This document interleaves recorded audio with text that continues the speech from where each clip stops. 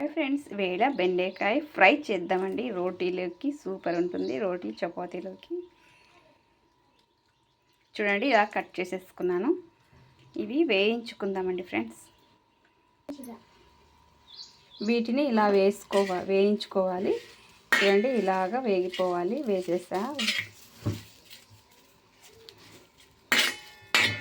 Fry super ఉంటుంది. Taste చేద్దామండి. రండి,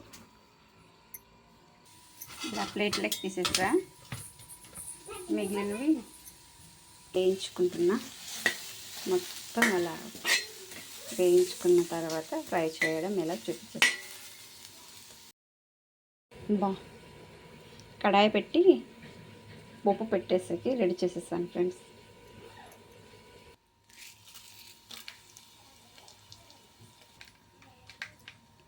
టమోటో, ఆనియన్స్,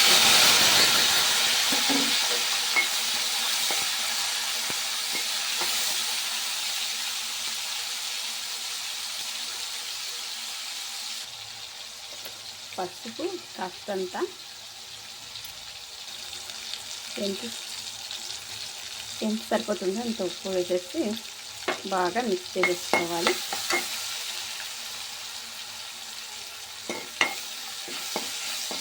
ఆనియన్స్, టమాటో ఉడికిపోయాయి. ఇందులోకి ఉడికిపోయిన తర్వాత కారం వేసుకుంటే టేస్ట్ బాగుంటుంది. ఇది సిమ్లోనే ఉంచుకొని పెట్టేసుకుంటే బాగుంటుంది.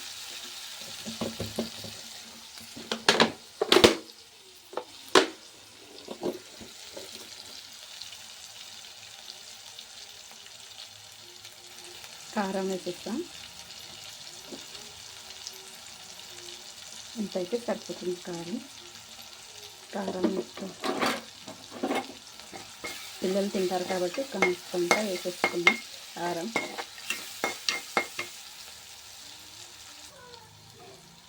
ఇందులోకి బెండకాయ వేపుకున్న బెండకాయలు మొత్తం వేసేస్తాం. పీసెస్ని వేసి ఇలా మిక్స్ చేసుకోవడమే. బాగా మిక్స్ చేసేసేయాలి. చేసి మూత పెట్టి ఉంచేసుకుంటే ఆవిరిగా బాగా మగ్గిపోతే టేస్ట్ సూపర్ వస్తుంది.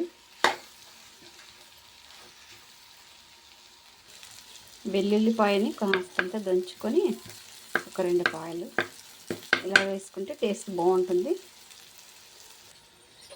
మధ్యలో కొన్ని వాటర్ వేసి మూత పెట్టేయాలి. ఆవిరిలో బాగా మగ్గిపోతే టేస్ట్ సూపర్ ఉంటాయి. వాటర్ కాస్తంత వేసేస్తా. ఇన్ని వేసుకొని మూత పెట్టి ఉంచేద్దామండి. ఇది పచ్చివాసన లేకుండా టేస్ట్ ఎంత సూపర్గా ఉంటాయో ట్రై చేసి చూడండి, మీకే తెలుస్తుంది. కాస్తంత ధనియాల మసాలా వేసి మిక్స్ చేసేసుకున్నాం. మూత పెట్టేసాను. చూడండి, ఇలా జ్యూసీగా కనిపించినప్పుడు కాస్తంత ఇలా మీద వేసేసేయాలి. బాగా మగ్గిపోతాయి. వేసి కాసేపు అంతా మూత పెట్టి ఉంచేస్తే బెండకాయ ఫ్రై రెడీ అయిపోతుంది. టేస్ట్ కూడా ఎంత సూపర్గా ఉంటుంది. ట్రై చేసి చూడండి, మీకే తెలుస్తుంది.